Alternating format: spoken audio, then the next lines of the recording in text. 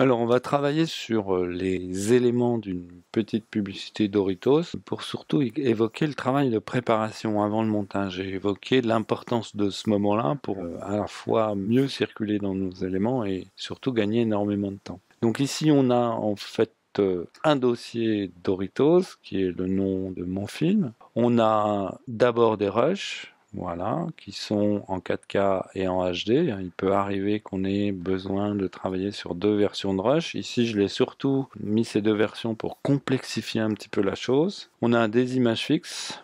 Pareil, ces images fixes sont les mêmes images fixes, mais dans des dimensions un peu différentes chacune. On a des bruitages. On a de la musique. Voilà, une seule musique.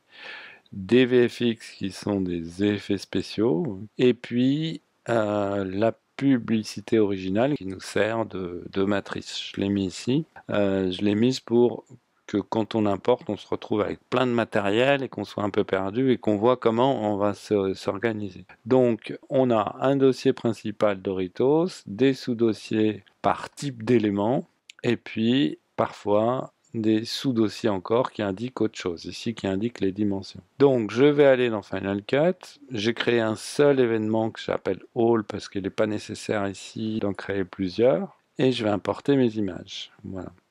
Donc mes images ici, je les retrouve dans mon dossier Doritos, en allant dans mon disque, et pour les importer, je ne vais pas m'embêter, je vais sélectionner le dossier, et je vais surtout demander à Final Cut de convertir les noms des dossiers en mots-clés. Donc quand je coche cette option-là, ça veut dire que les mots-clés que Final Cut va fabriquer vont être issus des noms des dossiers. Ça veut dire que si je prends une image fixe par exemple, ici, cette image fixe elle est contenue dans le dossier 1280 par 720, qui lui-même est contenu dans le dossier image fixe, qui lui-même est contenu dans le dossier Doritos. Donc quand cette option est cochée, ça veut dire que ce plan-là, il va être tagué 3 fois, par ce nom-là et ce nom-là.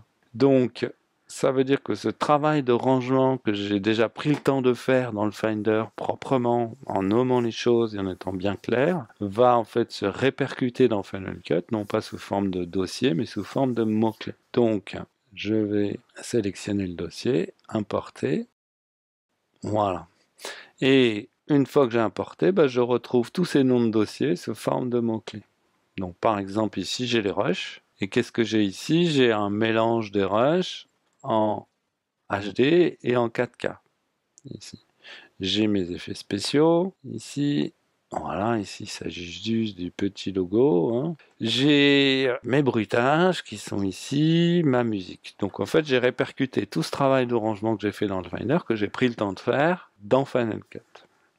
Alors, le premier souci, c'est que les mots-clés sont classés par ordre alphabétique. C'est un souci et en même temps, c'est une force. C'est-à-dire que nous, quand on va vouloir reclasser ces mots-clés, parce que là, c'est un peu le bazar, par exemple, ces deux éléments, 4K et HD, qui parlent un petit peu de la même chose, c'est-à-dire des dimensions de l'image, ils sont très éloignés. Ça va pas m'aider pour les retrouver. Donc, on va exploiter cette règle du classement alphabétique pour créer des tranches. Alors, ce qu'il faut d'abord, c'est identifier quel type de tranche on a. On a d'abord en fait les registres, c'est-à-dire les types d'ingrédients. Comme en cuisine, vous avez plusieurs types d'ingrédients. Vous pouvez avoir des légumes qui vont servir à une chose dans une recette de cuisine, des viandes. Et puis ensuite viennent des sauces. Les sauces, elles ne servent pas du tout à la même chose que les viandes ou les légumes. Et encore mieux, les épices. Les épices, c'est absolument pas quelque chose qui nourrit, qui remplit pas le ventre. C'est quelque chose qui donne une tonalité, qui amène une recette quelque part. Donc c'est ce que j'appelle des registres. Hein. C'est des types d'ingrédients. Donc ici, les types d'ingrédients, c'est quoi? C'est des bruitages, qui sont des types d'ingrédients particuliers. Ils servent à quelque chose dans la narration.